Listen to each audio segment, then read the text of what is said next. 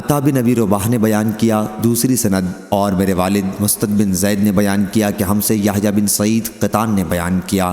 ان سے ابن جریج نے بیان کیا، کہا مجھ کو عطا بن ابی رباح نے خبر دی، کہا کہ مجھے صفوان بن یعلا بن امیہ نے خبر دی کہ میرے والد یعلا کہا کرتے تھے کہ کاش میں رسول کریم صلی اللہ علیہ وسلم کو اس وقت دیکھتا جب آپ پر وحی نازل ہوتی ہو۔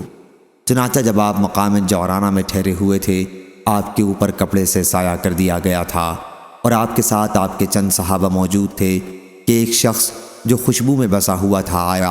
اور عرض کیا یا رسول اللہ صلی اللہ علیہ وسلم، ایسے شخص کے بارے میں کیا فتویٰ ہے جس نے خوشبو میں بسا ہوا ایک جبہ پہن کر احرام باندھا ہو؟ تھوڑی دیر کے لیے حضرت صلی اللہ علیہ وسلم نے دیکھا اور پھر آپ پر وحی آنا شروع ہو گئی۔ حضرت عمر رضی اللہ عنہ نے حضرت یعلا رضی اللہ عنہ کو اشارے سے بلایا،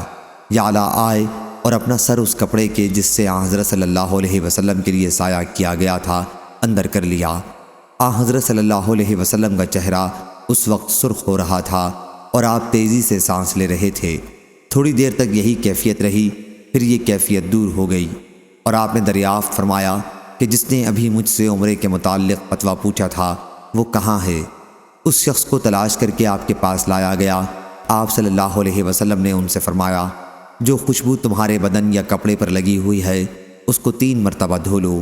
اور جبے کو اتار دو، پھر عمرے میں بھی اسی طرح کرو جس طرح حج میں کرتے ہو۔ صحیح بخاری حدیث نمبر 4985۔